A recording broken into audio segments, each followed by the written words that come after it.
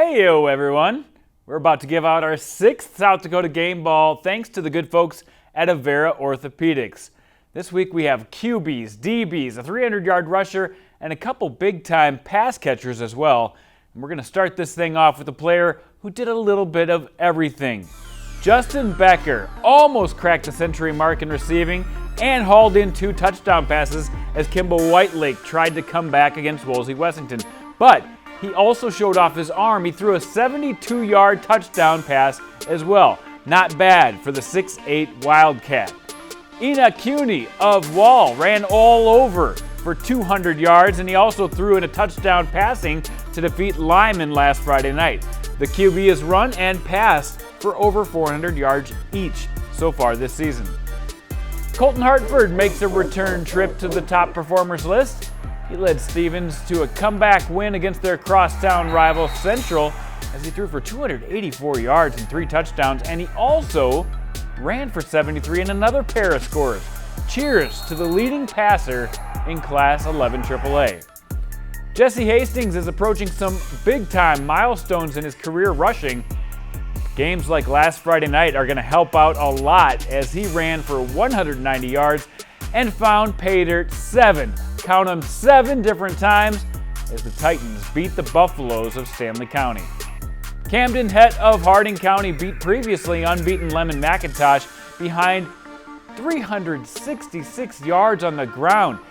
Het is the quarterback, but he didn't have enough time to throw because he was so busy running it up the sidelines all night long.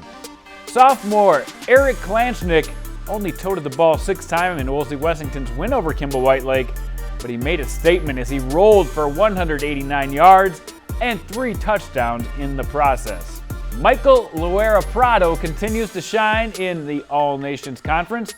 He piled up 200 yards and scored 3 times, and he added a pick 6 and a sack on defense as well. Josh Piper of Washington. Keep an eye on Josh. He's lighting it up this year in his sophomore year at receiver. Piper had his biggest day of the season against O'Gorman. 7 catches, 167 yards, and 2 touchdowns.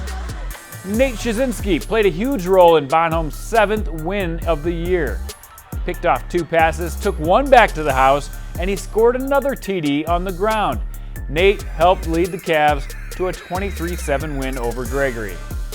And we can't forget our weekly check-in with Garrett Stout. Stout was nearly perfect in the passing game, going 18 of 26 for 187 yards and 2 touchdowns, and he added 167 yards with his feet.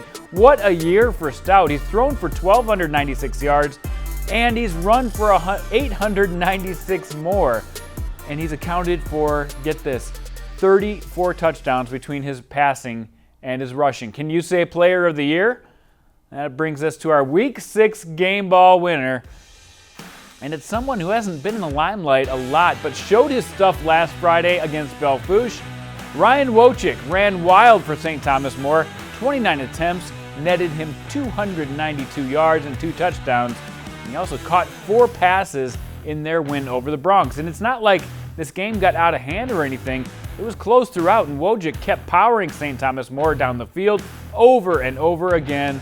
Congrats to the junior running back. Keep balling out, Ryan.